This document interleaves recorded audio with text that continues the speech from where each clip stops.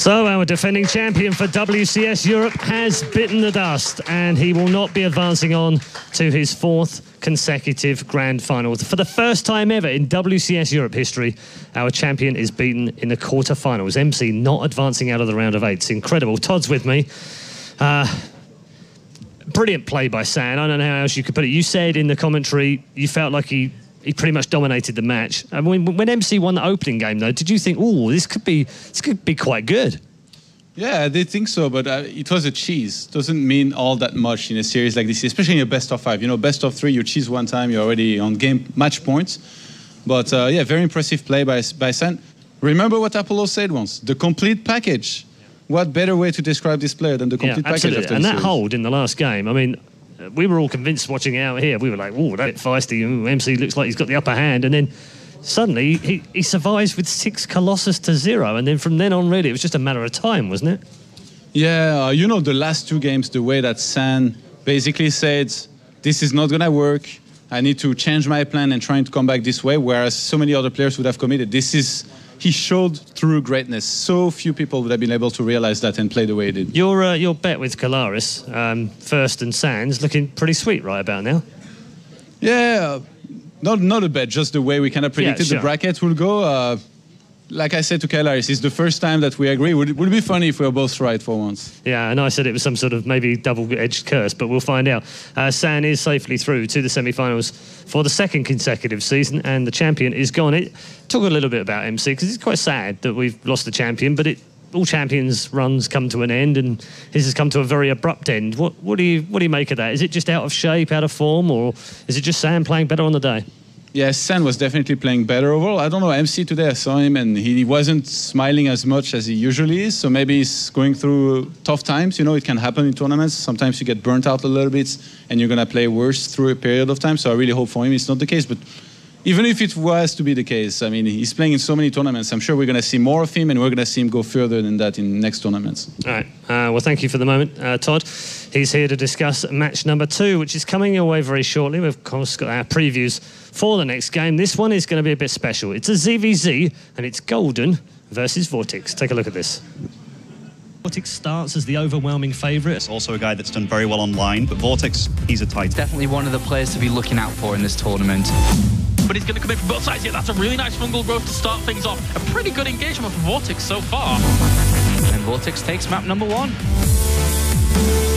I have a wide variety of strategies to catch my opponent off guard. I can win anyone I play. VortiX versus 4GG. The Widow Mines go off, and VortiX has a lot of bangs. The spreads are pretty decent. There's still a lot of banglings left. The left-hand side has been dealt with. VortiX continues to fight on and will achieve another top 8 finish at least. Golden looked absolutely unstoppable. Golden taking superb fights, and again, this gold base under 5, I agree with you. And this is a lot of corruptors against only Tempest. I think this is a huge mistake for Groby being here. This is so much damage being done, and GG is called. My final goal is winning at BlizzCon. I will prepare so hard. Is coming out from Golden. 21 Hydras in production. I'm not sure these Stalkers can fight against it. Well done by Golden. Really, really well played. GG. Golden is so happy. Congratulations to him for advancing on to the round of 8.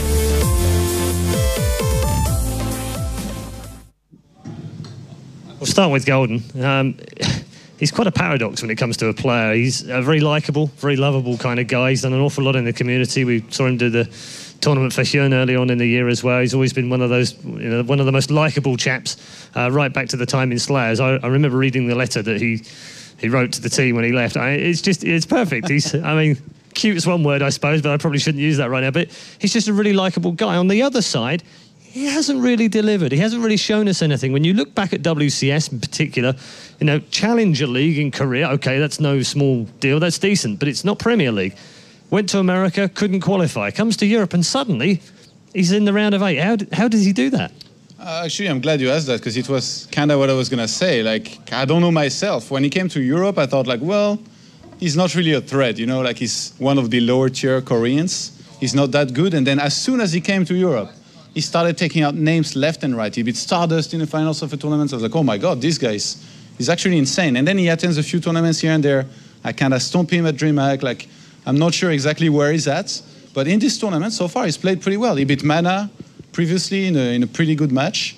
It's very hard to say how exactly he's going to play, but when he's on his A game, he's very strong. Yeah, I mean, in terms of his statistics and the way that he's played, he's always lost his opening game when he's gone through a group. So in round of 32, he lost in the opening game to MC. We've just seen MC gone out of the tournament. And then in the round of 16, he lost again in his first game to First. So he's had to do this the really hard way. He's had to come through every time, knowing that one mistake will cost him victory. And here he is. He's here. So are you saying he's going to lose the first map? Or well, that's what I'm series? saying right now. He can't afford to lose this one this time because he doesn't get a second chance. It's a little bit different, isn't it? Knockout. Yeah. The thing is, with this round here, this round of 8, the players have had a long time to prepare for this. They've had a few weeks since round of 16 was played, and I'm sure they've practiced a ton for the single first matchup they're going to be playing in. So from there, if Golden was able to practice a lot of ZVZ, I feel like he's going to have a good chance against VortiX. But VortiX, he's a guy who has a lot of momentum. All right, well, we'll talk about him in just a moment. Here's Golden in a little bit more detail for you. Currently ranked 47 in WCS. He said in the video he has one goal this season, and that's to win at BlizzCon. Well, got to get there first, and he's a long way off. 31 places off right now in terms of getting there. But a good tournament this weekend would catapult him up towards the top 20. So it's not beyond the realms of possibility that he can still make it. I think, yeah, like, if you have 1,500 points or something, you're in the top 16. So he only has to win this season and the next one to qualify. Only. Sounds okay. Only has to win this season and next season, and he'll be fine. Obviously swapping his chair out there. That's a new tactic. I haven't seen that. That's even beyond you, Todd. I'm always here in the finals, here, as a caster. You are. You are always in the finals. I was just remarking the fact that if it had been hot, you'd have been complaining. But a chair? I've never seen you complain about a chair. 20 wins, 12 losses, WCS all time for Golden right now, as you can see. Hasn't had a great deal to talk about in terms of previous results. 5 wins, 3 losses against Zerg. Doesn't really stand out. And that's pretty much his story overall. 60% PvP, 60% PvT, 55% ZVZ, my mistake. Nothing really stands out about it. And yet, he is very capable. And he's still capable of winning this game. Yeah, against a VortiX that we don't really see in that many tournaments, who seems to focus mostly on WCS, I feel like it's going to be pretty tricky. VortiX was probably the one who had more content to study from, to try and study his opponent. So that's also one thing we're going to have to keep in mind here.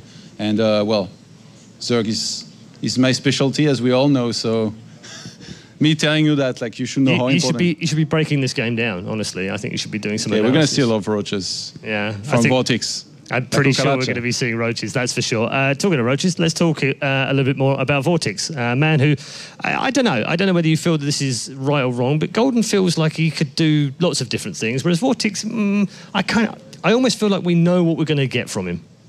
Yeah, I would say, like, Golden, I feel like he's more the kind of guy that could bust some mutas here and there, whereas VortiX most of the time will do roaches. Again, I'm a ZVZ specialist, so everything I say should be taken with a grain of salt. Yeah, VortiX, I would say overall more likely than not to play with a lot of roaches. I'm sure TLO will have a lot to say about this model. Let's take a look at VortiX in a bit more detail with some of his statistics and his stories of this year. And not great. 2-4 against Zerg's win-loss ratio so far in 2014. 29th in the world right now in WCS rankings. He was 4th of all the foreigners last year.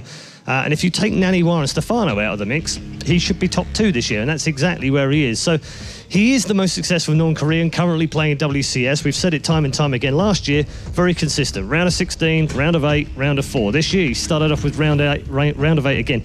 He's the only player left that has been in all 5 seasons of the round of 16 at the very least. So terrific performance. But what is stopping him just going that extra mile and winning a title? I'm not sure what it is, but he seems to maybe underperform a lot of the time when he reaches the top 8. And it's funny to think that both of the non-Korean players here that are in this round of 8s, they are both university students. Like, is it too late for me to sign up for university or something? Like, it might be. Maybe it's what's stopping him too. Like, who knows? Maybe he's playing better because of university, but maybe he's playing worse too because he doesn't have time to practice as much. Then again, his brother didn't have too much success when he went full-time, so it's hard to say. It's shocking to think that it's almost 2 years ago that we last saw him reach a big final, which was WCS Europe against Stefano, and obviously came off second best in that one. Why haven't we seen that level of play from him since, what is it? I mean, you've said like it's a mixture of things, but he's switched teams, he's had a chance at Mouse Sports, they're a great team and great supporters of players when they go there. If he can't do it there, he moves on to Millennium, great team as well in France, very friendly. 4GG's been with them for what seems like forever. So he's had the support behind him, and I'm still unsure as to why, even with all the schoolwork involved, why he hasn't actually won a big one yet. I feel like it's just so competitive that it's very difficult to achieve like consistent result all the time. And even some of the best players out there, they struggle to post results. And VortiX did win an online tournament, Vasakas Invitational. Vasakas, That was very impressive. But yeah, I'm really not sure what it is. What do you think it could be? I have no idea. Why are you asking me? Let's get to the map vetoes rather than me talking about why VortiX hasn't won a tournament yet. That'd be like asking why you haven't won one. Why hasn't England made it through the group stage of World Cup? Oh, and now we're getting on to the proper stuff. How did France get on yesterday? Top. We went further than England. That's fine with me. Yep, that's not hard though. And apparently you're going to wear a Germany shirt at some point this weekend. Maybe. Yeah. And look at it this way, Todd. If you'd worn a French shirt today because France had won, you wouldn't have got out of here alive. Just saying. Works for me. Okay, map vetoes. Habitation's gone, Altazim's gone. Surprised? Not surprised? Altazim, most common veto with Way Station, I think. Habitation, maybe. He's up against VortiX, a guy who likes roaches. And roaches like gold bases, or gold bases like roaches, either way. So that could make sense as well. Overgrowth offers map here. And yeah, I mean, from there, it just seems like the standard maps, except maybe Way Station, I feel like we see a lot less in general, no matter what the matchup. Like, again, I don't watch a ton of ZZ, but when I do watch it, I haven't seen Way Station. It's funny, actually. Way Station in WCS Europe this year, of the 158 maps we've played throughout the season, excluding today's map so far, Way Station has been played 7 times, and always as a mirror. There's only once it hasn't been played as a mirror, and that was a PVT, so... And who won? Crazy. Oh, are you testing me, really? Are we going that far? Hang on. No, it's not coming up on the computer. The old brain's out of hard drive space. Probably the 10. So, predictions time. Come on, let's lay it on the line. Which one's this? Have we got genuine foreigner hope here, or is this just another clutch at straws? I mean, I'm European, I'm French, I'm going to go for the European, and I do think that VortiX will have a much better chance against Sand than Golden, even though it's going to be difficult for either of them. So VortiX all the way. Okay, well, good to hear. Let us know your thoughts via our usual social media channels, of course. And make sure you're following at StarCraft. Mention the hashtag #WCS and #ToddGermany. Definitely want that hashtag in there as well. And we will find out whether he does honour his bet with Carmack or Mark Alberts or someone at Blizzard. Probably tomorrow, maybe. But anyway, it's time to move on to more serious stuff because the second quarterfinal is moments away. Do enjoy this one. It's a ZVZ. Can the foreigners hold, or can Korea make it 2-0? Let's find out with TLO and Apollo. Thank you very much, Red Eye, and welcome to the Caster's Desk. I am joined by my favorite German, Team Liquid's Zerg, Dario Wunsch, Mr. TLO. How are you doing this fine German evening? I'm doing great. I'm also joined by my favorite Brit, of course. Oh, I'm glad we got that one down. Everyone else, you know, Bling, the Muslim, Red Eye, Klaus, you all heard that one. No, they definitely ranked behind. Yeah. Fantastic news. I'm here, joined with him, of course, to break down this Zerg versus Zerg between two fantastic players to find out who will go up to face against San going into the semi-finals. So, we have VortiX and, of course, Golden. You played versus Golden earlier on in this tournament, and you know VortiX and have known VortiX for a very, very long time. For VortiX, first of all, what makes VortiX? Why is he so good? Why is he that Zerg that everybody looks at as one of the best? What Snoot and I notice is that VortiX has a very big variety of build orders. Initially, for a while, we thought, oh, he's actually kind of cheesy and just doing a lot of all-ins. But then we realized that also his macro is so strong that he just mixes in the all-ins from time to time, which makes him a very scary opponent. It's always harder to play against somebody who mixes in a lot of stuff. And what do you think about Golden, having played against him on the European ladder? Well, Golden, I mean, from a Korean Zerg, you're going to expect one thing, and he's going to make a lot of roaches, and he's going to make more roaches than you unless you play perfectly.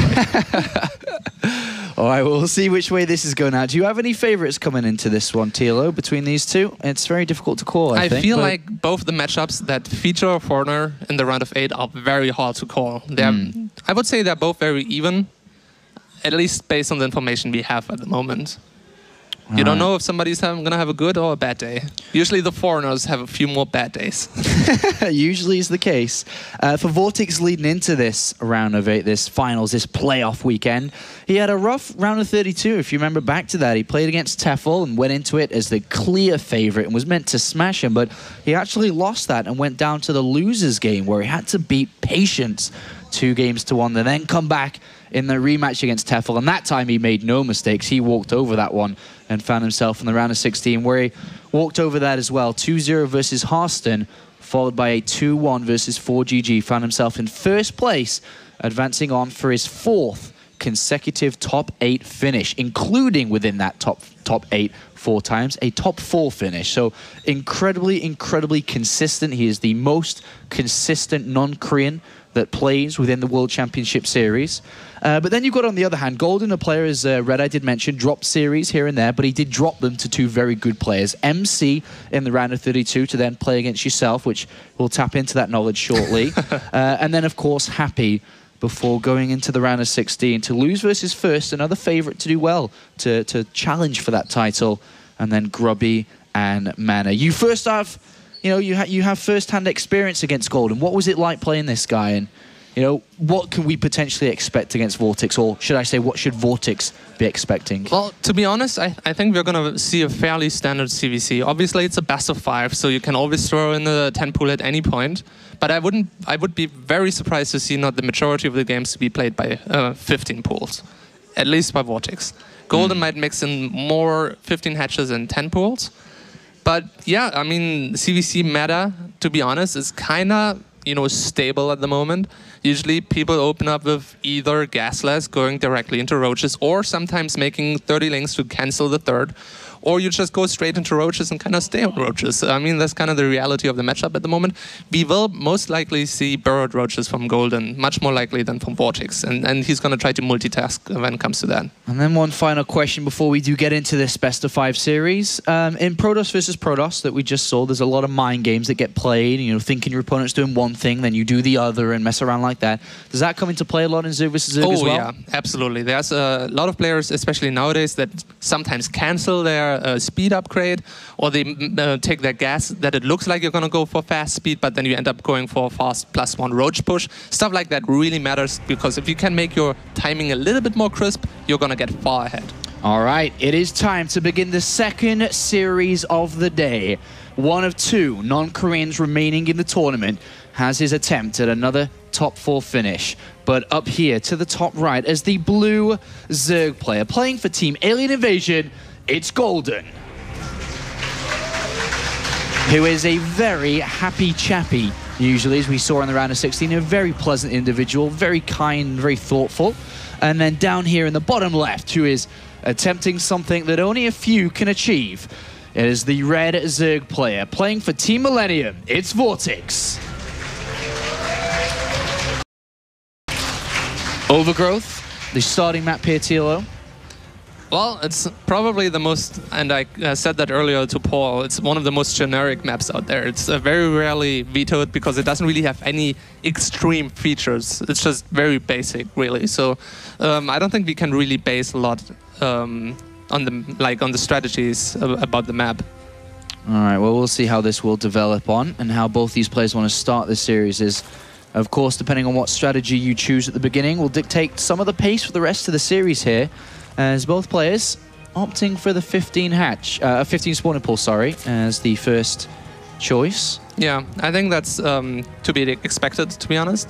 A lot of people like to throw in a 10 pool, especially in a best of 5 during the first map. I don't really have any stats on that, but that's how it feels like. All right, well, we are going to come down for the 16 hatchery coming in for Vortex compared to the 15 for Golden. It also means if you go for 15 pool, especially on this map, you are not going to be able to scout the gas with your Overlord. I expect both of them to make a pair of links, but if you are playing it very smart, you can deny link scouting too, which is a huge information. Well, as Golden is the second youngest player in the tournament and the youngest in the round of 8, we'll see how well he's going to be able to cope under pressure. Vortex has got a lot of experience at this stage of the tournament, been here multiple times before, always seems to fail at the last hurdle. But this, I think, is, no pun intended, a golden opportunity for Vortex to advance through. Both players taking guesses at the same time here, TLO. Neither of them getting that information. As you smartly predicted, we do have a set of Lings coming out to grab that information, or at least attempt to grab that information. Vortex Lings are actually a little bit late. Now he can make a decision to just stay home on his ramp, deny the opponent's link from coming in, but then he doesn't get any information. So it looks more like he's just going to run out and try to get in himself. But if you could put a drone on the ramp right now. Some people like to do this, others do not. Vortex is sitting on the ramp. And he's bringing one drone, TLO. Just a single one. Is it going to stop? Oh, that's smart. He's hiding it so the Lings don't see it initially. He wants the Lings to try to get up, but now I think they just will get in. All right, no, they're going to back off, so no information gathered by Golden. Likewise, on the other side of the map, we have Vortex entering the main base, no problem, and is going to spot that Zergling speed is on the way and no further gas has been mined, so a successful scout there from Vortex, but it seems that Golden has slipped his 2 Lings inside and did get a bit of a peek himself. Okay, this is actually huge information for Vortex right now, and he does throw down the bailing list. You can punish basically what Golden is doing by just going for Ling bailing all in now. Golden spots this, TLO. What's his reaction to this, knowing that Vortex is trying to capitalize? He's getting a spine, and he's probably gonna try to get map control with his Lings. He has more minerals because he's not mining gas, so what he needs to stop now is a lot of Lings amassing in front of his base and stopping the bailings from morphing. But we have the cancellation on the bailing nest. And there's those little mind games that we thought we may see come through here. And so Vortex, who obviously portrayed a lot of aggression, is just continued to drone, where his opponent, as you just said, is setting up for the precautions. He's getting the Lings out. He's got, a spine crawler coming in. A nice move from Vortex, you'd say? Vortex did a good move here, but he needs to be careful for that not to backfire right now. He needs to close down his wall, make sure he has an absolutely perfect queen positioning, because if you fake your opponent to make units and then have nothing to defend, that's kind of a bad thing to happen. All right, well, he has, let's say, 20 Lings out, that is Golden, sorry. But Vortex continues to drone. He's building a couple of Lings himself here, of course. Oh, he actually cancels the evolution chamber there, and these Lings do get in, and this is not good there. That's a move that was maybe a little bit over-eager. Courageous there, yeah, exactly. And these Lings get in, and he kills 2 queens. He's into the drone line. At least there was those 12 Lings coming out here for Vortex, but he's taken damage. He drops in supply significantly here. Not only that, but he's also going to face a 3rd base by Golden. So this was not a huge investment for him at all. He took out 2 queens, took out drones. There's not going to be as many injects. And he should have an easy time protecting his own 3rd now, as long as he keeps up his own Ling production. Well, let's find out if he is right now, because he's only just added on a couple of extra Lings. They are coming out, and Vortex gets a strike on this 3rd at least. But that should actually be enough to cancel. Golden doesn't seem to be interested in defending his. He just wants to counter, which I don't really agree with. Yeah, he's kind of on the fence at the moment. He's, planning to attack, but then he decides not to and goes to the middle of the Zelnogatow. So looks like Vortex does get the cancellation on that and still remains with this +1 advantage. He has the layer coming in with. This is a pretty decent advantage here. And you think that Golden may be overreacting a little bit to this kind of counter push from Vortex? I mean, where is his longevity in this game for Golden? Well, the thing is, his economy is much stronger at the moment. He's going to still get the faster 3rd base. +1 is not going to finish as fast, but he has 2 Evo chambers, so he can catch up based on that. Oh, there's a big fight in the middle for Vortex there as well. Took out a hefty amount of those Lings, but we have 7 Roaches, +1 attack on the way, and very close to completion, actually.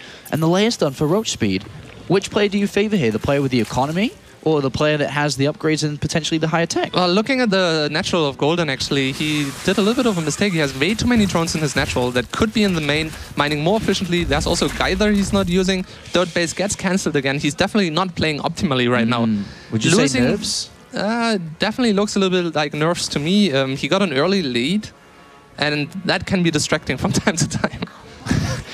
All right, well, he's got to keep composed now. As mentioned, Vortex has got a lot of experience in this position and is no doubt an incredibly good player. Carapace coming in for Vortex, which is surprising. Actually, no, sorry, no, it's not at all with 2 Evolution Chambers. I had missed that. But he gets the drone on the 3rd, which is a nice snipe there, delaying his opponent's 3rd much longer compared to his own, which is now approaching the halfway point. Golden definitely is struggling right now. If that +2/+1 upgrade for the Roaches of Vortex finish, he's gonna have a huge lead. Takes out even another queen with full energy while doing that. And still, there's a lot of overthrows in the natural. They're not mining efficiently whatsoever, and the 3rd base of Vortex is almost done. Well, Golden comes in here, but there are Roaches and Queens here to help defend this. And Golden definitely feeling the heat from a non-Korean here. And as many say, the flag determines the way the victory goes, but not today so far, as Vortex has kept very calm, even though he was behind for a little bit here, and he has found himself landing on 2 feet.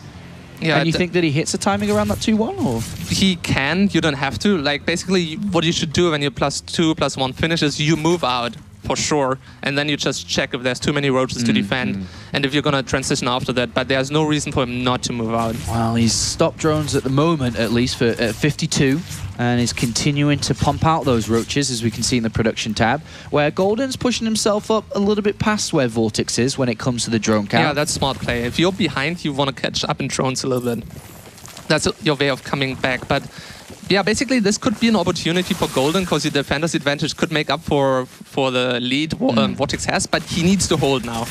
Well, those links in the middle do catch a couple of Roaches, which is nice, and then the fight's going to start. It looks like Golden just has a slightly higher amount of Roaches there. The upgrades aren't quite in for Vortex yet, as you can see to the top left. Very close to finishing. Carapace is now done. +2 attack on the way. But we do see Vortex still droning and adding on an assimilator, or should I say extractor, on that 3rd as well. So he is pushing his economy himself a little bit further on. Yeah, what Vortex did here is he forced a lot of Roaches to make sure that Golden cannot get ahead in economy now. And now when the +2/+1 finishes, he's going to have a good shot at taking good fights from here, because the economy is going to be equal, but his upgrades are superior. All right, well, Vortex going to destroy the rocks in the center here, allowing it a little bit easier for his units to move around defensively or aggressively. Likewise, Golden shall do the same, and I suppose there's no real need for these rocks anymore, so you might as well. 4th base down by Vortex, a slight addition of a couple of drones added into the mix too. But Burrow, we are being seen a big difference between the both of them now coming in for Golden. Is this where we start to see Tunneling Claws research He will soon definitely as well? add it. It's just a matter of time, basically. Maybe he wants to spend the gas on a few more Roaches to be sure. And yeah, there it goes. All right, so we'll see some shark action from these Roaches and see how much damage can be done. But remember, that threat of the upgrade advantage still present for Vortex. He is at 2-1 compared to 1-1 at the moment. What I'm a little bit worried about is Vortex does not have as good as an overload spread. So what Golden can do is he can find a blind spot and then burrow his Roaches before showing that he has his spikes. And then Vortex might not be prepared for Roaches suddenly popping up in all his bases. He does not have any Overseers yet, no Spores either. I guess the easy way to approach that is to kill him before he even gets close, which you do see Vortex moving out now. And he's at 200 supply. He's got a lot of Roaches.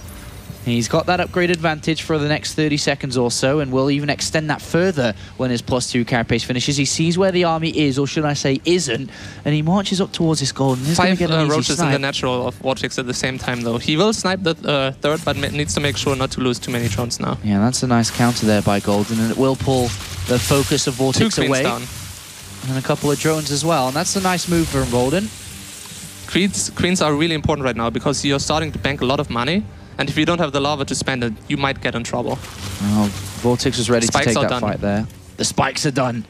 Let's see how effectful this can be. And Vortex has been reduced to 10 less drones than Golden at this point. So there's no more pressure on him. Let's find out how this is going to shape up now. Here's some Roaches on the right-hand side. And it seems like Roaches on the natural here. And Vortex taking a couple of jabs at the back here, and here's the Burrow movement, and this may not be dealt with properly, and at the same time both armies very close in size, similar in upgrades, and Vortex to start this fight quite nicely, actually. He's got a very nice position here on the left-hand, right-hand side. Golden's going to attack into this here. I'm not too sure if he's got enough numbers here. I think Vortex should be able to edge through this fight. And he's holding strong on that high ground for the time being. He's going to take the superior fight, but his economy is a little bit weaker than Golden's at the moment. It is, especially with all these board roaches up and down, popping. More in the third, some more in the main as well, but they will be dealt with. And Golden, who obviously has been untouched with his economy, is able to remax, as we say, get back up to 200 supply, and is ready for a potential another fight here with Vortex. Is a little bit damaged army, and he goes straight for it here.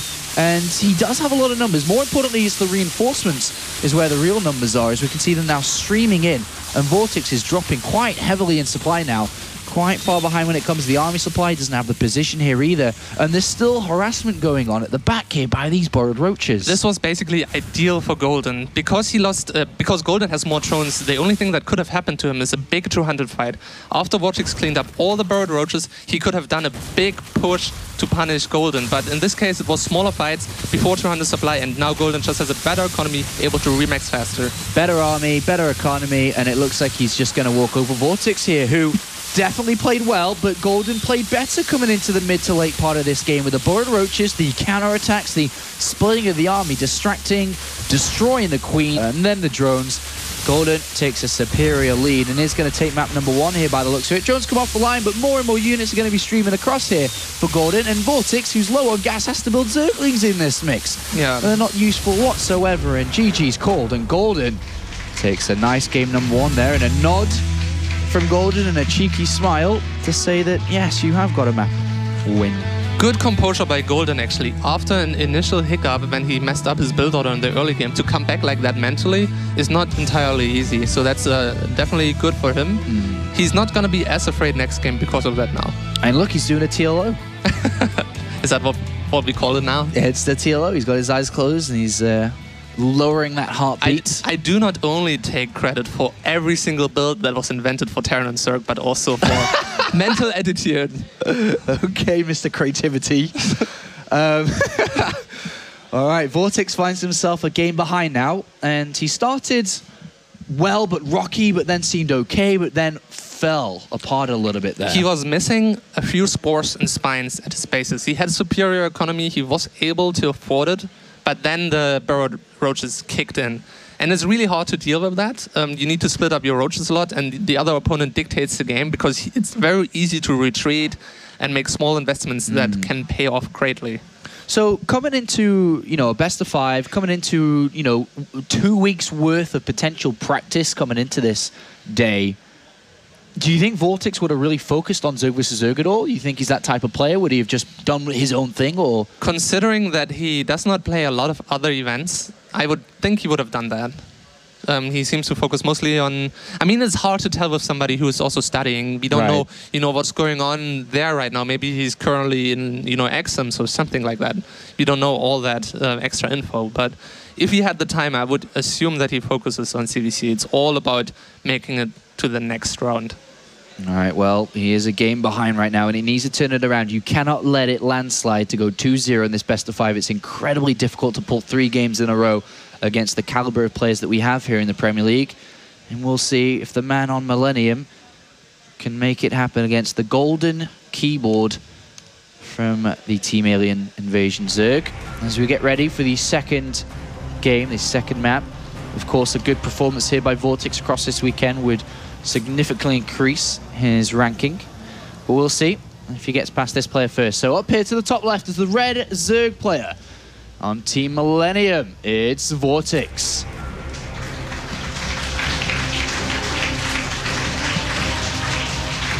And he shall attempt a second try against the player from Team Alien Invasion, the blue Zerg. It's Golden.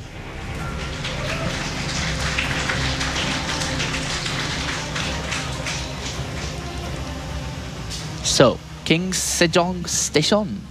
Indeed. What do you think about this map, TLO, for this matchup? Well, it definitely calls for, once again, burrowed roaches. You do have those destructible rocks at your natural that are very easy to take out at some point. And moving across the map with a non-roach army that would be superior in a straight-up fight is extremely difficult because there are so many angles that small roach forces or even your bigger force that going for a base trade can catch you off guard. So I would be very surprised to see anything but roaches for a while until we progress into the later stages of the game. Well, Golden, after his game #1 victory and the identification of that, Vortex usually is the player who plays quite safe, I'd like to think, from the games that I've at least played with him. Definitely. You know, Golden is gone up towards a hatchery first here. Is slightly concerned as well. He's going to rush out a spawning pool straight after that on 14 supply. But he gets, you know, the hatch down versus the spawning pool first from Vortex. Yeah, especially on King Sejong Station, you can do that actually. And I don't like the 15 pool here on this map as much because it takes so long for Lings and Banelings to get you to your side of the map that you can even hold a 10 pool, 10 Baneling nest on King Sejong Station if you micro very well, which you cannot do on most other maps. It's just a very big map. Well, Vortex saying he'd rather be safe than sorry completely. Faster speed. Yeah, so yeah, gas coming in here, so we will have that option for potential aggression. But can he get close? He should be able to get in there to see the gases, right? On this map? He does, yeah. Okay, you can just fly straight through, and then Golden did him the favor of also putting the pool. Oh, he's gonna make a spore. Oh, TLO! Very TLO, this clever. is something you would do. Oh, you give me too much credit, Sean. This is something you would do. Yeah, I would. So creative. You make me blush, Sean. I have done that and failed, by the way, but I think this is gonna work. All right. Oh, he's turned back. Lucky. He sees the gases and turned immediately back. Is he gonna get out though? Hide! I think the spore is gonna kill it. They do so much damage. He did not bird in the perfect spot. 3, 4, 5. Poof! You see my German skills, mate? Good job. Thank you. And he kills the Overlord. It's at the same time, I wonder if it's really worth it. Because you still spend 125 versus 100. And on smaller maps, you can do a little bit more as a follow-up. But now the only thing he really stopped is that Overlord from having any info. But now that pool definitely is not detected, and he can make a speed upgrade. And maybe Vortex is counting on a gasless game now. Right. But at the same time, he also knows he made that spore, which is not necessarily cost efficient by itself. So maybe he thinks to himself, there could be something coming after that. Oh, he's got some plans with this spore crawler. Well, that's I think that's more of scare tactics. I'm gonna get you. Oh, what I would like about that, if he would hide that kind of close, but not really commit to it in case your opponent goes mute us. Mr. Creative. All right, so the Spore Crawler's on a mission. We'll find out what the mission is later. We'll come back to that one. But for the time being, Vortex on his gasless, or at least Zergling speed into gasless play, is going to be heading up towards that faster third with the extra minerals that he has on his side. And it looks like Vortex is going to see the Spore Crawler and probably wonder what the hell that's about. Lings are out, though. Zergling speed is done. Much He's ignoring faster it than for Golden. now. He just wants to get the scouting information, obviously. That's more important than killing a random Spore Crawler on the map. Well, I'd get the Spore Crawler, and I think a lot of people at home would get the Spore Crawler too. 3 Queens, Evolution Chamber and Roach Run, complete wall off here for Golden. Vortex needs to be very careful now, not to want to get too far ahead based on the fact that his opponent has had no early gas and no map control. Because if Golden banks up a lot of Zerglings now, he might be able to punish. Well, 18 Lings from Golden. Is that Spore Crawler actually going to scout? Is it actually going to get an Overlord? Imagine that. No, it's too far away. Yeah. 18 Lings, Dario. 18 Lings still in the production tab for Golden. No layer, no scouting info for Vortex right now. He's droning. He has the Roach Warren. He has obviously +1 attack the longer this game goes, but here come the Lings. Vortex is distracted also by the Spore Crawler. Those Lings are, well, he could have killed those Lings, but I think his third is dead. Yeah, it's dead. There's only 3 Roaches in production and no additional Lings. That Evolution Chamber is a little bit weak on that left-hand side. He's not going to go for it. He's just going to get the hatchery, and this is a big win here. Roaches are trying to be built here, but it's not. This hatchery is gone, surely. Yeah, there's no way he can stop it. Roaches are far too slow. Is this worth it though? Yeah, it is. For getting the hatch, despite, you know, falling a little bit behind in some other areas? You have to keep in mind that those Lings are still alive, and that makes it very hard for the other player to move out in any time in the next 4 or 5 minutes, which means you can drone pretty heavily. You only need to make sure you don't commit too far to economy now. Ooh. But if Vortex gets to cancel that, he would have been much more cost efficient. And I think he will. Yeah, he's going to. That's a nice counterplay there. He's going to get the cancel. Yeah, well done by much Vortex.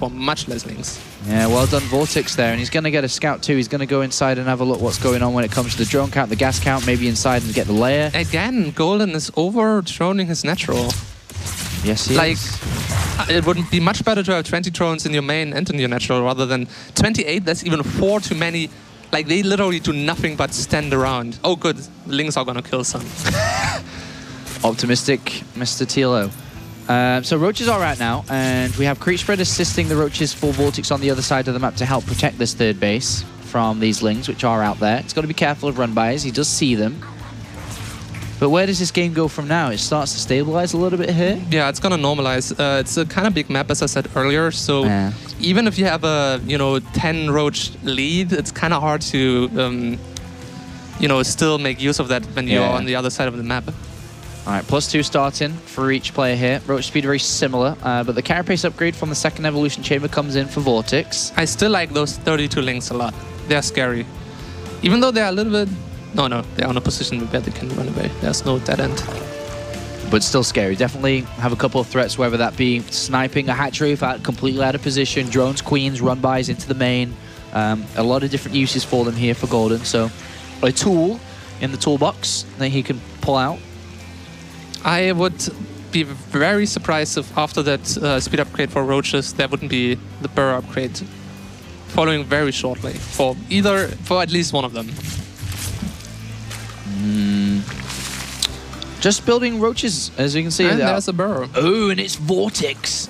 He decides he's going to get burrow himself. Yeah, it worked. He saw it's pretty good. Let's try that. Adaptation on the fly within the Premier League here. That's what Zerg do. That's what they do. They are the reactionary race for a reason. Okay, so we see Golden edging out a little bit when it comes to the drones, but not by a major amount at the moment. Very, very similar in overall supply here. And we see that tunneling claws upgrade being researched as well for Vortex. So he is going to give what Golden had a go in that last game. Vortex again has a few more blind spots on the map. So that'll help in the burrow roach battle. And both of them will do it. We're going to see a lot of... It's actually kind of important because Golden has an overseer and Vortex also has an overseer. They could scout each other's roach runs right now and see that it's being researched and then prepare for it a little bit earlier. But so far... oh! No, that's Vortex's own overseer. Yeah. No information on that yet from either side. But there's the lings on the top right, by the way. He should not do that right now. He's just throwing them away. You need to be very patient with lings like that. As soon as you see a few units, just run back again until you hit 200 supply and you want to throw them away. So very similar positions for both of these players now. Oh, now the third is open for Vortex. Oh, the lings, by the way, to the top right too. Got to think about those as well. They're making a run by, and I'm not sure if there's any units left on that third or not. But Vortex pushing through. And there's a couple of roaches up there, but not a lot. He can't go down there. He does push that back. But yeah, as you say, Vortex can't really fight into that. Golden actually coming to him. And well, we actually have a fight coming on here. Vortex just has a +1 advantage here. And he may slightly have the number advantage. It's very difficult to see at this point, but it looks like he's winning out. He's got a better position now, and he edges forward. Vortex with a good fight on the high ground here. Was that the right fight for Golden to take up there? And it wasn't. He retreats. It definitely wasn't. And he's getting pushed back. There's an overseer here. And Vortex may have this at the moment. We'll see how well he's been able to get over there as fast as he can with his reinforcements, because Golden is close with his hatcheries. But Vortex starting to make this one landslide. He's getting into the roaches with more reinforcements coming in. And well, look at the supply as Vortex is up by 40, 50 supply. And he's got that landslide. He's got that snowball effect into play as he's got the superior number. GG. And that's how fast it can go in a CVC. Make one bad decision about a roach fight and you go home. And you can pretty much say that, that was a fairly equal part of the game there until that one fight where... I don't really see the reason why Golden would do that. Yeah. There was a lot of roaches on the high ground. It's hard to count them at that stage sometimes. He maybe thought he has more, but then you need significantly more to attack into that. I would actually like to see the exact roach number in those fights. You know what would be helpful? And that goes out to Blizzard, that tip. Hello, Blizzard. I know you're watching right now. Tilo's got a message. Okay. If we are observing and there's a big cloud of connected units, like, you know, like a lot of roaches, put a tiny... Yeah, a number pops up. That would be great. Make it so. As Tilo winks into the camera, which you can't see. All right, so Golden loses a game here. Vortex is able to take that one, and we are tied up 1-1, like we saw earlier between San and MC. But, you know, Golden, a little bit eager there, gave an opportunity to this guy, and he absolutely pounced on it. And at this level, when opportunities are given, if there's low-hanging fruit, you're not going to let them just sit there. No, definitely not. StarCraft 2 players are very opportunistic people. Absolutely, man. You'll jump on anything they can get. All right, so going to get ready for game number 3. It is Frost, and this is Vortex's map choice. Which does not mean that much. No, let's be fair. just he likes this map. He says, okay, let's play this He told me Spain is very hot currently, so he's looking forward to play on the winter map. He likes the name Frost. All right, we'll see which one this is going to go. Game number 3, who will take it? As up here to the top right, playing for Team Alien Invasion, it's Golden. I surprised the audience by being too fast. And then down here to the bottom right-hand side is the red Zerg player, playing for Team Millennium. It's Vortex. In this situation, surprisingly, Golden already ahead in the game. No way. His Overlord is going to be able to see the gas timing, even if it's a 15 pool, I believe. I'm not entirely sure right now, which is a little bit weird, because I should. But Vortex is definitely not going to get any info on the gas at the moment. All right, so I want to ask you a question. In a best of 5, is it good to open up like spawn and pull every single game? Wait a second, I like what Golden is doing. He's sending his second Overlord diagonally, which means he has a chance of seeing random speedling timings or circling timings. Okay. In case Vortex would be in the top left and send his second Overlord to the right, he would not know where he is. But in fact, in this game, it really doesn't matter. But yeah, back to you. Always good to know, though. Yeah. Do you think it's good to open up with a safe build like spawn and pull every single game? Do you not think that gets exploited a little bit? There's different opinions on that. I know Snoot has one and you have one, so... I'm kind of on the side of Snoot more and more. Like, it's funny. He's changing you! No, Snoot and I, we are changing each other. We're meeting in the middle, and finally, at some point, it's going to become an unbeatable Archon of Zerg philosophy. But I think on a map like this, you can definitely go for 15 hatches from time to time, but it should be a small ratio. You kind of want to go 70% pools, 30% hatcheries, and then hope that your opponent knows he has that information and makes an educated choice on that and not 10 pool you. All right, Tilo is the man to listen to. We have a hatchery, then gas, then spawn and pull for Golden, and with that early information, he's actually going to be able to get in there nice and early to see what Vortex is up to. Which is a hatchery, then spawn and pull, but gasless. And of course, with Golden given this information, we have to think about what Vortex hasn't gathered, and it is the fact that Golden does have Zergling speed here. So in these positions, I mean, I actually much prefer to be in Golden's position. Oh, yeah.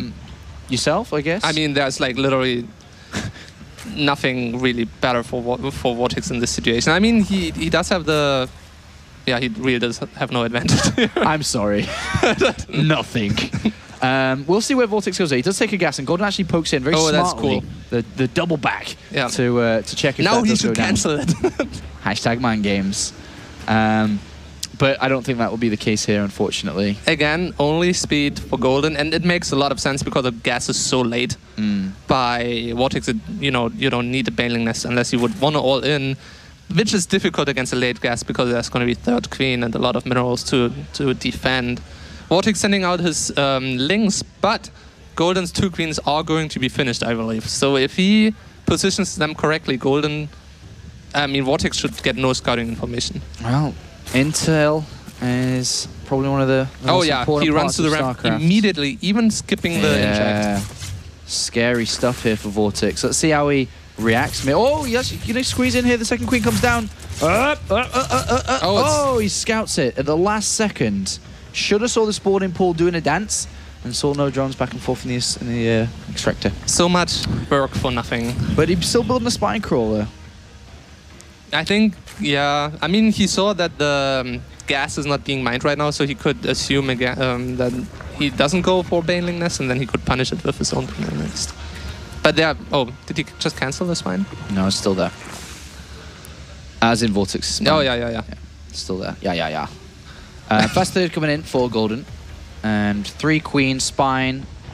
And so far, not too much else here from Vortex. Vortex getting speed himself. We could see kind of a mirror of last game, just this time Vortex takes Golden's position to get the cancel, but... Baneling Nest come down by Vortex at the back here. And he sees the third base coming in. He's going to challenge it. Surely this is a Ling Roach. I mean, a Baneling Roach attack. He could even go for just a 2-base all-in. Really, I'm not trying to target the third.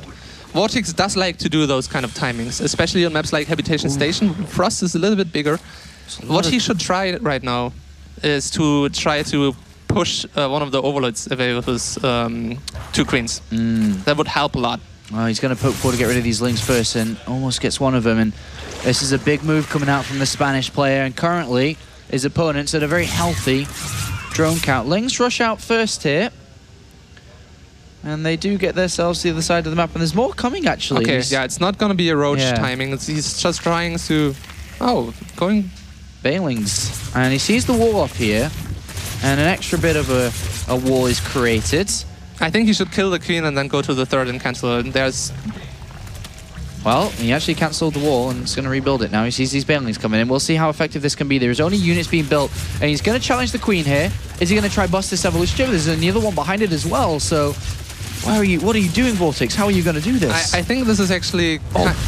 Look at this! Look at this as a counterattack going in by Golden at the same time, which is really smart. This is not going to be broken. I will. Oh. Well, you say that, but it's just as it breaks. But it's not going to do the damage he wants to, though. I think that's brilliant counterattack, though. We'll see how much damage this is going to do here. Golden's up in supply. Roaches are popping out. There's still a hefty amount of drones here, which, you know, still in favor of Golden. He's using them to actually defend. Vortex didn't lose that much behind. But there's a third base for Golden, so if as soon as he defends that, he can start saturating. There's more Lings flooding in, but the Roaches do have +1 now, I think. Yes, they do not. No. Oh no, that's a Vortex upgrade. Yes, they do, and so these drones are still being challenged, and the drone counts dropped a lot. 15 drones have been killed in this attack. A Queen or 2 went down as well, or at least a Queen. But Vortex +1 done, no layer. 46 to 32, lack a third. Dr. Dario, what is the situation? What do we call in this one? Is this was that a slight win there for Vortex? It's okay. It's equal. I think Golden can stabilize from that. It depends a little bit how Vortex wants to play this out now. It's a little bit. It could be better for him if he would have started layer more quickly. Then he could have got faster speed upgrade and then actually tried to challenge the third of Golden. Right now, I think he's going to be able to equalize the drone count again, even maybe get ahead a little bit eco-wise. And as long as he starts making Roaches just early enough, he's going to have a slight lead from here.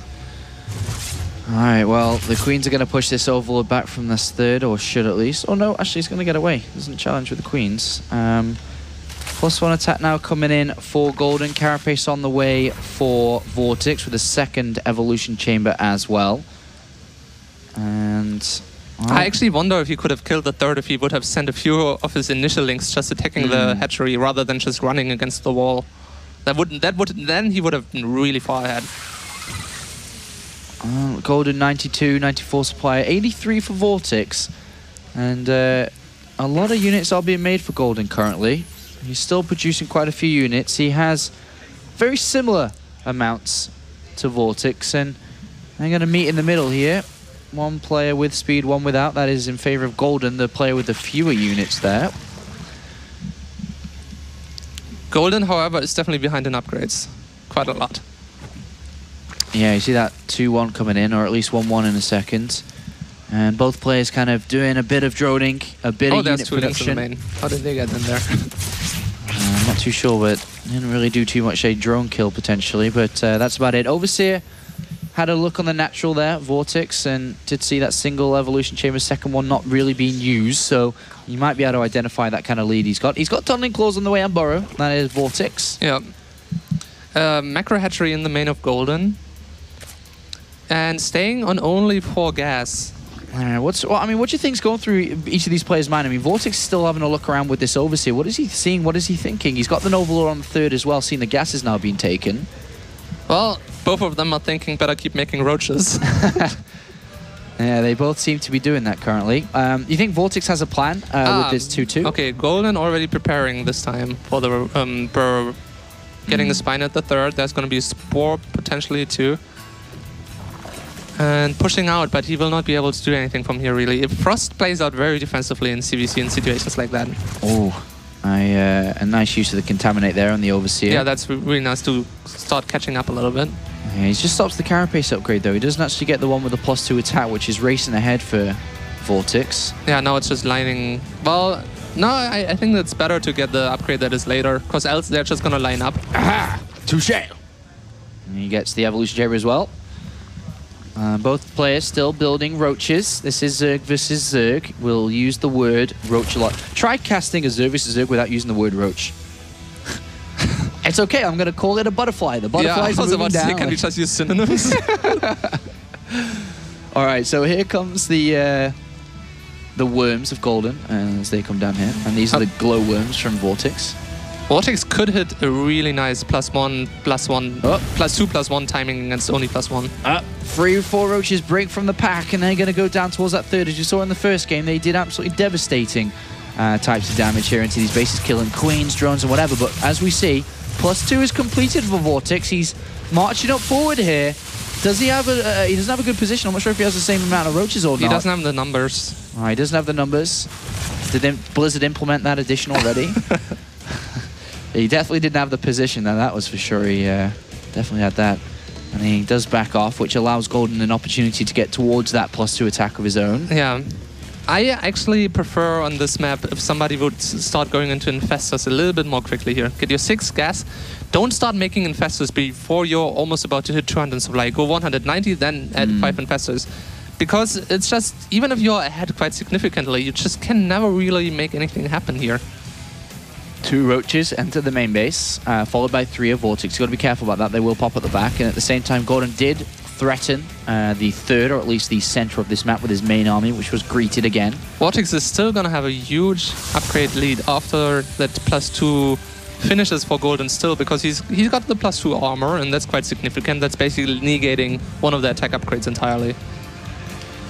Yeah, that is nice for Vortex. Hopefully that can edge out for him in the fight and assist. He does cancel, or force the cancel on his opponent's 4th, or get in his own. He's looking for a position around this right-hand side here, and he's going to take this fight. That's a very good position for Vortex. Very good here, and he's going to go straight for it, and he has that upgrade advantage right now, that +2 armor.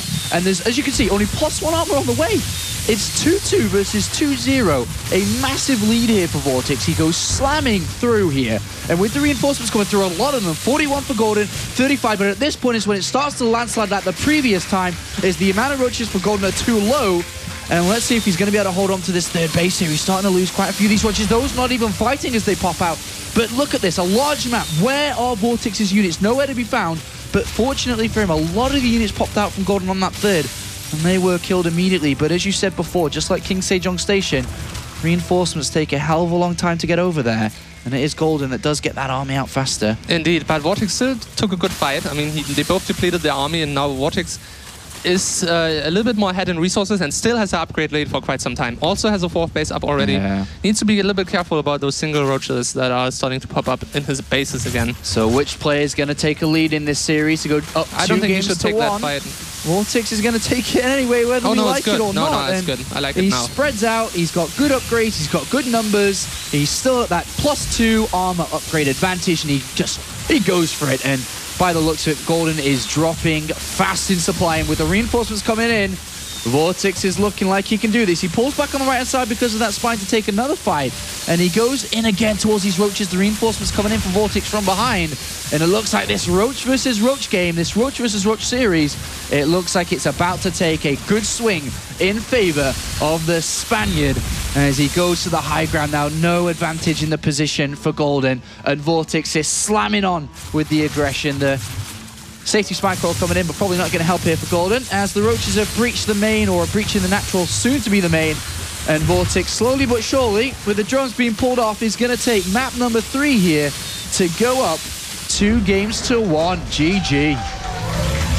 And he takes a lead in this series after losing the first one of the day. It's really funny. I have seen this scenario play out so many times with VortiX in a game. To take a fight at the third base on Frost, and he always gets the better, superior position on that. He has done that in so many televised matches that people should really start preparing better for that. He does enjoy that position, and this guy is feeling the heat, sweating, feeling the pressure. He now has to win the next 2 games in a row. As a professional yourself, TLO, when you are faced with the fact of, I have to win 2 in a row, I have to win 3 in a row, when you're just faced with the, I have to win X amount. I don't have to do anything. You don't. No, you just have to make sure you commentate this game well. But these players are, you know, life and death scenario here. But when you are facing that scenario, we saw a fantastic performance from you earlier on the year in the Intel Extreme Masters Sao Paulo when you were, I have to do this.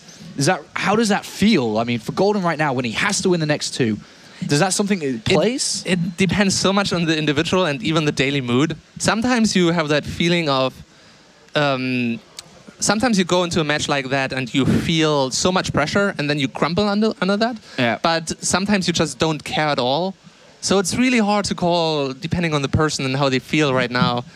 I would definitely say that usually Koreans are better at keeping their composure than foreigners. But because I think a lot of people identify themselves too much as foreigner and you know, listening to going full foreigner and stuff like that.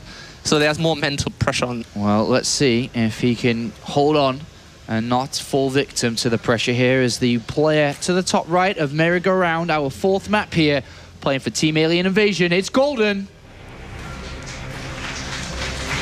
See if he can keep in this series. And down here, looking to ramp on that pressure as the red Zerg player playing for Team Millennium. It's VortiX.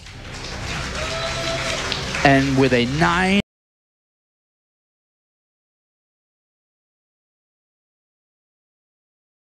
I like it because that's what a Korean would do. He goes for the killer move. He's like, you nervous kid? I'm winning, kid? Now I'm going to kill you. It's going to be, I mean, obviously, can always be the wrong choice or the right choice, but... VortiX knows exactly where his opponent is. Of course, the Overlord's crossing path. Likewise does Golden. And how effective can this be? What choice of build are we going to see from Golden? It's going to be a hatchery. Good for VortiX. Ooh. We could see VortiX move to the semi-finals here. His 2nd time in the semi-finals. Did achieve that last year, 2013, in Season 3. And we have the Lings on the way, 6 Lings. Golden has gone for a 14 spawning pool, so it's... He seems to do it again. As fast as possible after the hatchery is down. Ooh, that's actually interesting. He's kind of walling in his lava with that spawning pool. And also, oh, this is so smart, because the queen is going to spawn there, right? When it's in the wall in already. This is really the best defense you can do when you go 15 hatch. All right, alarm bells on. Now is the time for Golden. All those times that you've been cheesed by TLO on ladder, now's the time to show the practice on how to actually defend against this. Interesting choice. It may not be true what I just said. It's fine, probably true. Interesting choice by Golden to go for fast gas. It's extremely powerful against somebody who just goes to cancel your hatchery and doesn't go for your lava, for your drones instead. Because you're gonna have, you know, a pretty equal economy, a faster speed upgrade, slightly later hatchery, but it gives you a lot of utility. Remember that VortiX does have speed of his own, though, or will have shortly by the looks of it. That is definitely an interesting part of this series. He pokes him with 2 Lings, has a look at the situation inside the main, and goes back to get that kill on the hatch, and it will be a kill here, not a cancel. And I guess, you know, it's a sacrifice. He wants to buy a little bit more time. VortiX did attempt a drone assassination, but he did escape. Yeah, I like sacking the hatchery. It's still 15 drones against 10 drones. And if it would have been a regular 10 pool, I would have favored VortiX, to be honest. I'm not too big of a fan of what he's doing right now. Ooh, saving up. Right now, Golden knows there's no hatchery and knows he just needs to defend. I think he should have spent the first 50 gas on spawning on a Baneling nest, though. Well, he's gone speed first. Next 50 gas, I imagine, would be that Baneling nest coming in for him. There it is now planted down. VortiX saving up all these Lings. He's got an opportunity. It's going to have to come down to control as well by both players. I mean, as clear said as you can say, one guy is favored. If a mess up of micro happens, Baneling detonates on just a single Zergling, Baneling gets a, on the flip side, gets a good hit on these Lings. Those all turn around here. We do have a slight engagement on the natural there, and it looks like we will have Golden edge out with the Lings. That's actually huge. Reducing the Zergling numbers of the person who's going to have... Well, actually, Vortex is not going for Banelings himself. He's just going for pure Zerglings. Pure Zerglings. The hatchery is going to be planted down, which Golden shall see just about here. But there is the run, and Golden spots it, and here we go. Is Vortex going to find himself in the round of 4? With this attack, it could be decided. Otherwise, we're going to game number 5. A Spinecrawl's been pushed down. Banelings have been morphed in. 14 additional Zerglings. Is this hold going to work? A second Queen as well, and it is just Zerglings. Banelings will finish after a little bit. How good are the detonations? And Vortex is going for the X. Oh! Big pops there. Big, big hits. And I think that's the defense there made. There was two fantastic hits. Not sure if Golden had wished for such a good defense like that, but he definitely got it granted. Yeah, and that's why I'm not a big fan of that style. It feels like this can punish people who make mistakes, but not as good people as Golden as much in this scenario. Just, 10 pool, straight 10 pool. Yeah. You kill the 15 hatchery, you get a nice lead. Somebody like VortiX can beat Golden from a nice lead like that. A much higher probability than what he did just right now. I definitely disagree with the decision of build he went for. All right, well, I mean, VortiX is facing a very difficult position currently as his opponent slaps down his natural hatchery, and of course will start to drone up now as he has Banelings to protect him. But VortiX, interestingly enough, is added on a Spinecrawl back at home and is just building more Lings. He's in a bit of a dead zone area, and Golden goes in and says, "Yeah, son, I'm gonna do well this game." Yeah, he doesn't even have a Baneling nest yet. No, this is not good at all for VortiX. What kind of thing could work still for VortiX, do you think? Like a surprise attack? Drag it out long? I mean, you can't really drag it out from this point. You're just going to get far too behind. He should take a hatchery to make it look a little bit like he just tries to go for normal gain, throw down a Baneling nest, and then still keep making Lings and just hope that, you have a miracle detonation, kill all his Zerglings, take out his Banelings with single Lings like that. But something needs to be going really wrong for Golden for this still to be salvageable. He morphs a Baneling. He then tries to drag a box over it to cancel it by pressing the escape button, and accidentally hits the hatchery and cancels the hatchery. Yeah, but even then he still has five more drones. No, I was trying to find a way. And it finished. He didn't cancel it. Never mind. So it looks like a bit of a weird turn here. Is definitely Golden's looking to attack, but then he was like, "Oh, should I come back to defend against these Lings or not?" He's like, he just wants to finish it now. Let's end this. Let's go to game 5. Unfortunately, VortiX, your strategy did not work out for you this time, and we're going to game 5, and this is going to be interesting. A good hit there from the Banelings, and this is just a walkover for Golden. This is an easy game 4 for him from this position out, and as good as that was explosive and pretty colors all in the sky, it is over. GG, Golden takes it to game 5. And we go to the rubber match, and he knows it. He's very, very thankful, I suppose, of the way that kind of went out. He's grateful for that game. And definitely was under pressure, whether it be the studio lights, the audience here, or us commentating, being on that stage, or just VortiX putting on the pressure. One of those factors. But he's escaped game 4, finds himself in game 5, still with an equal fighting chance of moving on to the semifinals. Interesting next map coming up. Yes. We don't see that too many games. It is Way Station, Dario. And I would love to see far positions. Because close positions, kind of boring. It's going to be the same old stuff. But far position on Way Station, we could actually see a lot of deviation, I think. We have only seen Way Station played out in all maps this season 6 times, Dario. 7 times, Dario. Did we have a CBC on it? We've had 1. And I don't know what that one was. Well, but we've had 1. Probably in the round of 32. No, Stefano Nurcio! Woohoo! I'm on fire! Nailed it. I nailed it. All right, game 5. It is time to decide which player moves on to the semifinals to face off against one of the best Protoss players we have in SAN. Is down here in the close positions on Waystation. As the red Zerg player playing for Team Millennium, it's VortiX. Come on, another 10 pool.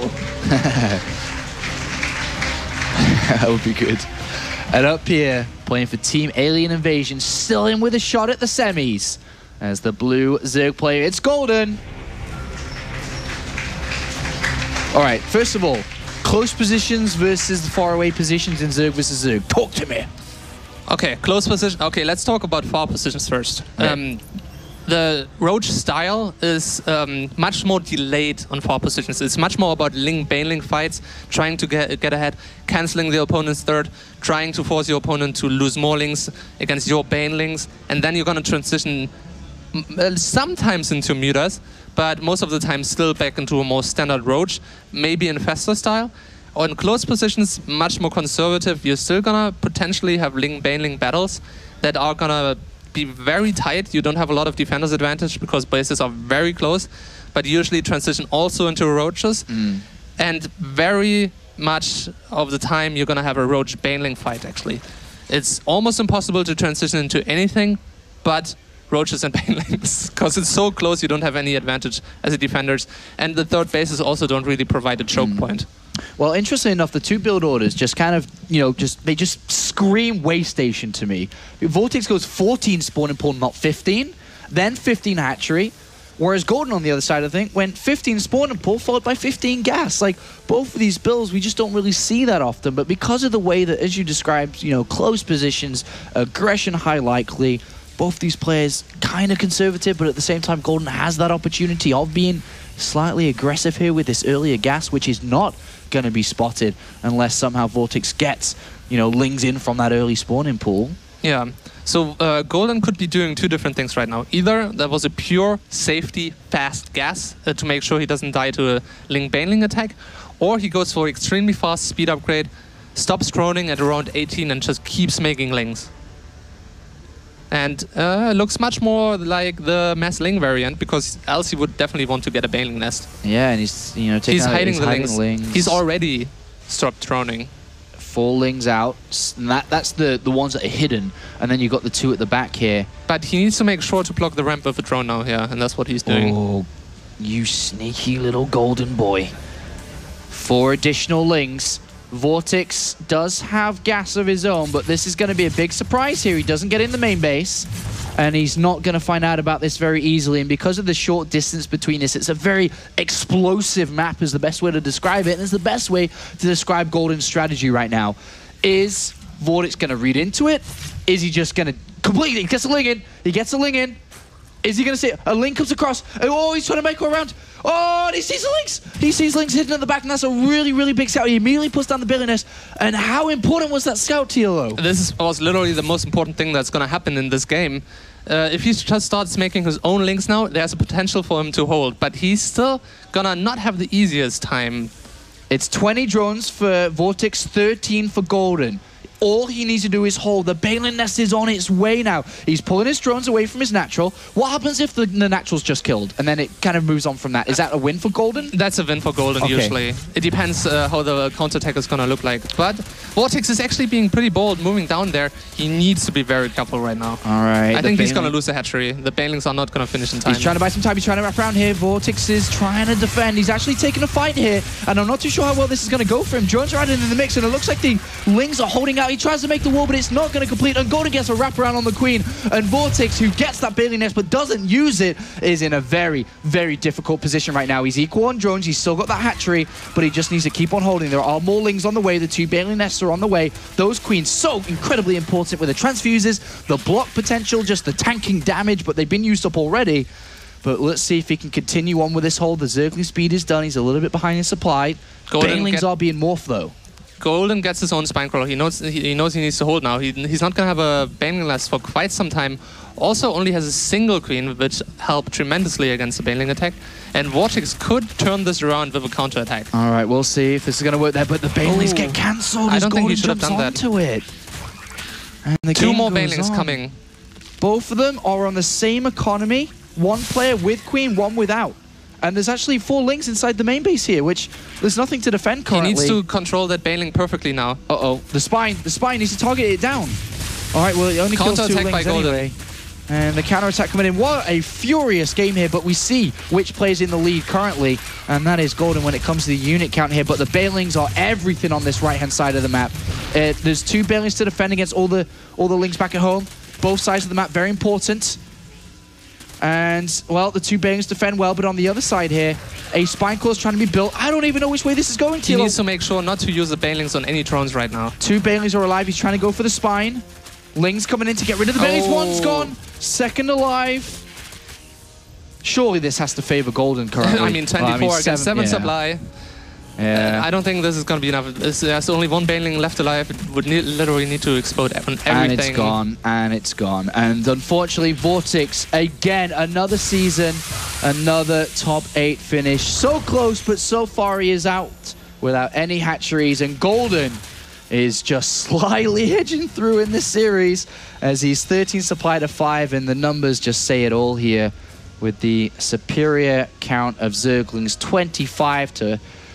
We don't see that a lot of times in CVC. And Vortex is taking this one to heart here. He knows that he's pretty much dead. He's just kind of taking it in, and he knows he's been eliminated again. So close, and wait a second. He's morphing a single Baneling. There's no drones for either of them. I guess if there's this magical hit Baneling, that's the only capable thing, right? Yeah. The only magical Baneling before his structures were eliminated, by the way. He was trying to lure him into it, but I think he's even going to get the Baneling less before... Yeah, he's going to be eliminated before the Baneling could even try. He's going to try and get in there. But with the Baneling nest being targeted, it's not yet. The Baneling's coming in. But surely Golden is going to split. Oh, yeah, he kind of splits there. And the number's 11 to 4. And still in favor. The magical Baneling not enough. GG, well played. Golden is through. Oh, and he's happy. He is so happy. Top 8, throws off the headset, and he goes over to Vortex. And Golden finds himself in the semi-finals here in the WCS Europe Premier League. Vortex must be upset there. You can see him shaking his head, especially he was up 2 games to 1 that 4th game on merry-go-round into this one. But Golden edges out right at the last minute, in the last couple of moments there in that game. Decisive with his strategy, and he lands himself a minimum top 4 finish. Incredible small details inside of this series. If that would have been a single Baneling at home defending against the counterattack, Golden doesn't see it maybe, or just is within the drone, line. He could have changed the game, but it was not quite enough. Yeah, not quite enough, unfortunately, there for him. But a good performance yet again by Vortex in this season, and all lights away from Golden for a second. It now, for all the non-Koreans, hope lies onto Welmu, which is going to be our next series coming up here. He will tackle 4GG as the last remaining non-Korean to attempt a round of 4 finish here. Welmu has the weight of his world on the shoulders now as Vortex has failed to move on, but it is Golden who is the golden boy of the moment here with a massive victory over Vortex. I think a lot of people thought the Vortex would be able to edge through, but Golden, from 2 wins to 1 loss down, comes back to win those 2 games in a row to advance to the semi-finals. Red Eye, take it away. Thanks very much, Apollo. Yes, with Golden. Congratulations. I can feel your hype right now, and your heart is thumping, and you're very happy. Just, you're 2-1 down, and you have to go in and win a game. What were you thinking at that point? I thought when I lost 1-2, I thought I always lost because it's so hard to back with a score 1-2. But I thought I just try my best and in entire series. So I tried my best, then I win. Yeah, and then that last game, that was a crazy game. I mean, it looked like you'd won, then you hadn't won, then you did win. Was it just time? You just had to wait? Because my heart is stopping almost. So it's so hard to breathing. Do I need to call an ambulance again? Hospital? I might be happy to go. Okay, so all the pain, all the trouble that you've had with Korea and America, and now you come to Europe, semi-final. Amazing. Amazing, yeah, it is amazing. It's great. Why? Why are you so good right now? I debuted 4 years ago, and I have a ton of experience of gaming life. So that's why I complete round 4. You just seem very confident, very happy. Nothing seems to worry you. You just seem to be able to win now. You okay? Yeah? Dazed? Stay with me. Okay. He's going to take a break. We're going to take a break. And when we come back, match number 3 from WCS. Let's see whether it can top that little special game. Well done, Golden.